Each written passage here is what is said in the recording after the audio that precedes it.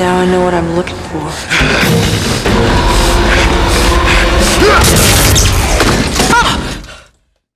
Hello, spooky friends. Since I've covered some already, I may as well go over the rest of the shows that didn't live up to the time slot before the X-Files. This one is my favorite. It doesn't mean it's the best, though it is very good, but it captured my imagination at the time. So much so that I bought bootleg DVDs off eBay as soon as I could.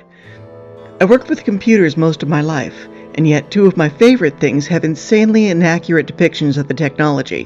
One is Hackers, which I've watched too many times, and the other is Vr5. Welcome to the game, Sydney Bloom. Now read all of...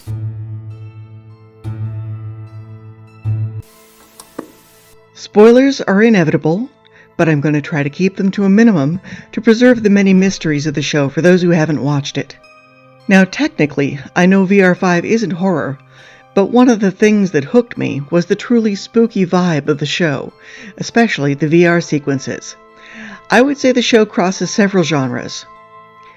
Vr5 is the story of Sydney Bloom, a shy computer nerd who works as a linewoman for Telcal. Her loneliness is palpable. Sometimes she stays late on the job and just listens to the overlapping conversations on the line. She lost her sister and her father in a car accident in her tweens, and her mother sits catatonic in a care home after an overdose. The only person left from that time is her best friend Duncan, who now lives on the roof outside Sydney's loft. One night, after a call with an annoying neighbor, she accidentally puts her phone down in the acoustic coupler, and suddenly finds herself in her neighbor's subconscious mind. The experience feels completely real, engaging all five senses, hence Vr5. It is, of course, a massively cool experience, and she tries to replicate it immediately, which leads to this scene, which I felt in my bones. Wow, that was fast. Okay, where'd you go this time? Nowhere. I guess I need to make a connection or it won't work. Can't do it by myself. In the real world, she's impossibly shy and dresses like Kurt Cobain, but in Vr5 she's sparkling, outgoing, and wears amazing clothes. She wants that world, but she can't get there without other people. It's like being told I can only eat chocolate at parties. Dear God, no. Produced by John Sacred Young and Thania St. John, Young admits, "When we began, we didn't have a grand design, so we were kind of caught by the discovery after we started shooting. I do think that lack of planning would have had them writing themselves into a corner eventually. But that is eventually, not after the minuscule 13-episode run afforded Vr5. In fact, Fox only showed 9 episodes in the US, so they were extra stingy. Canada and Europe got all 13. Sydney is played by Laurie Singer, who is an interesting human. Her mom was a concert pianist and her dad conducted the Oregon Symphony. I actually saw him when our school bussed us downtown to get a little culture. So it's no wonder Laurie turned out to be a musical prodigy. She debuted as a cellist with the symphony at 13.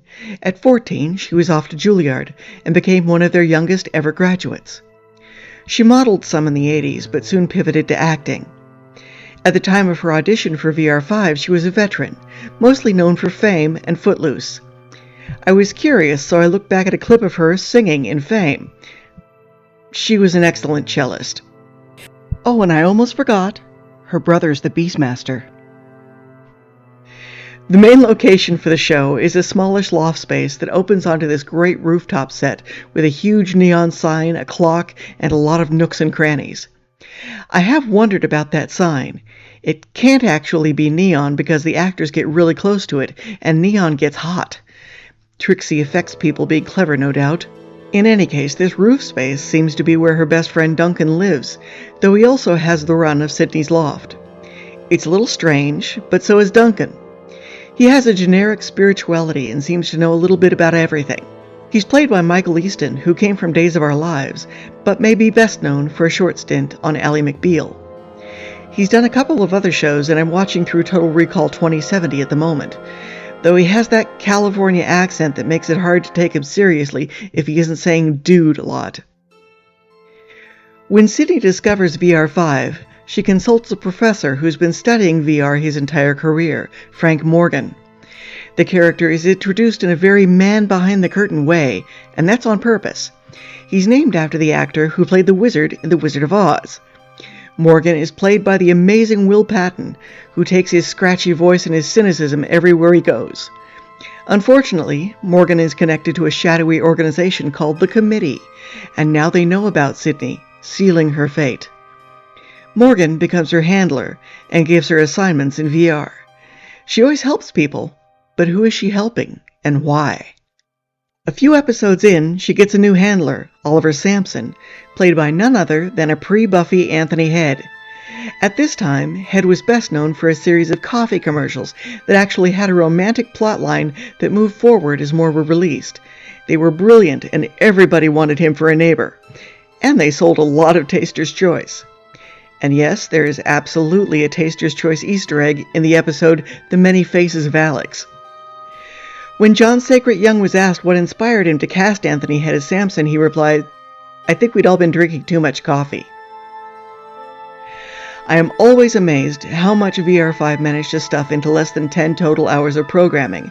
For instance, a backstory for Samson. He's a hard character to trust, even as we get to know more about him, but there really isn't anywhere else to turn. Without spoiling anything, I can tell you that Sydney's father, Dr. Joseph Bloom, is played by the late David McCallum of Man from U.N.C.L.E. and Invisible Man fame. While most of the cast used computers, McCallum was the only one who was really into them, starting with a VIC-20. He owned several computers, and he built his most recent machine himself. He originally went in for a 2-day shoot, where he spent a lot of time drowning in a car that was leaking oil everywhere. He called it 2 days of scary filming. I can't imagine how the two girls playing the sisters, Kimberly Cullum and Casey Williams, felt. Sydney's catatonic mom is played by the incomparable Louise Fletcher. I was gutted when she died a few years back. She made an amazing Kai Wynn on Star Trek Deep Space Nine, and despite its flaws, Brainstorm is a favorite movie. Sydney loves her mom, and VR5 gives her an opportunity that she takes advantage of very quickly. She has a nurse hold a phone to her mother's ear, and then takes her into VR5. There she is awake, able to roam their old house and talk to Sydney again. Sydney has questions, but of course, the capriciousness of the subconscious makes it difficult to get a straight answer.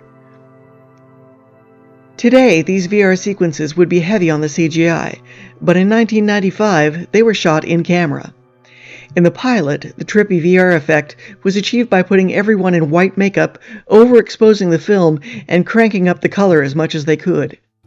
Later, the sequences were handed over on the original 35mm stock and put through a CST, color space transform, process. First, the color film was converted to black and white, then it was selectively colored to create the effect they wanted. The process took 2 to 4 weeks to complete. The amazing sets, talent, and effects made VR5 an expensive show. One episode could cost as much as $1.5 million. This was certainly a factor in the decision to cancel, but let's not get ahead of ourselves. The writing was absolutely top-notch. One of my favorite episodes was Simon's Choice, with the ever-craggy Robert Davey playing a death row inmate who betrayed his country by revealing 5 undercover operatives and consigning them to die. Simon had a spotless record, so the committee wants to know why he did it, and the clock is running down. Turns out, when he was serving in Vietnam, he left behind a son. Why he left the son isn't entirely explained, but it happened a lot at the time. Later, that son was used against him to extort the names of the operatives. Sydney considers this extenuating circumstances and does her best to get Simon's sentence commuted. She even tracks down his son, who is in the U.S. now.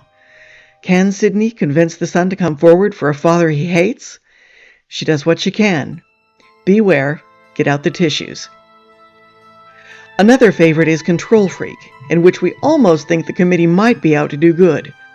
A gunman takes a tower full of air traffic controllers hostage. Sydney is brought in to get inside his head. This and some old-fashioned detective work uncovers the gunman's name is Kyle Jarvis, a former air traffic controller who is blamed for a plane crash killing 132 passengers.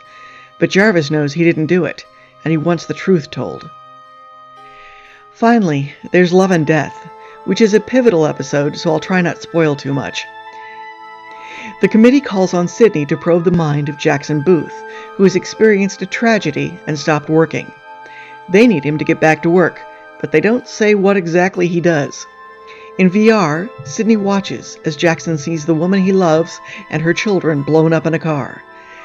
Sydney shares her own tragic story, and Jackson realizes that what happened was just an accident, and he's able to go back to work. I won't say more, except pay attention to the marquee on the theater, and if you look up the movie name, you'll find some interesting symbolism. One of the things that sent nerds mad at first was the technology.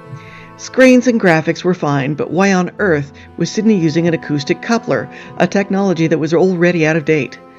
The reasons are twofold. First, the coupler is visually interesting and makes it very clear what's happening on screen.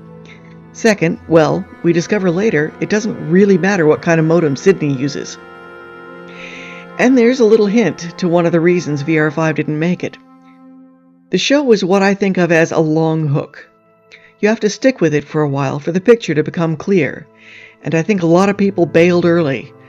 The show didn't have enough network support to manage this. You need a lot of hype to keep people on board. The show was well ahead of its time and appealed mostly to a small, passionate niche. Plus, it was expensive, and in the end, the ratings couldn't justify that expense. 9 days after the cancellation, a group of fans called Virtual Storm started a petition to create a TV movie to tie up the loose ends. At first, the petition seemed successful. The production companies, Reicher and Samoset, were both on board. Everyone was excited. There were 2 drafts of the script done. But Fox pulled out. And without Fox, Vr5 was dead in the water. This is one show I think could be revived. Modern day might work, and you could probably find ways to explain the technology, but I think it would be much more fun to go with the original 90s time period. The real problem with a revival is the studio would no doubt use extensive CGI. Now, I'm not a CGI hater, but not only did I love the look of the practical effects in Vr5, I love the irony of using practical effects in a show about VR. But any way they did it, I would definitely be on board. There is still a very good website up with all the pertinent details, plus links to some interviews I used for research. The show is available to watch in a few versions on YouTube and the Internet Archive. There's even an upscaled version that looks great, but is mostly in Russian. I've linked the best sources below. Special thanks to the many fan sites, the FAQ, and the Vr5 Survival Guide, and to Virtual Storm for putting in tremendous effort to save the show. And thank you, spooky friends. I love you to death. Good night.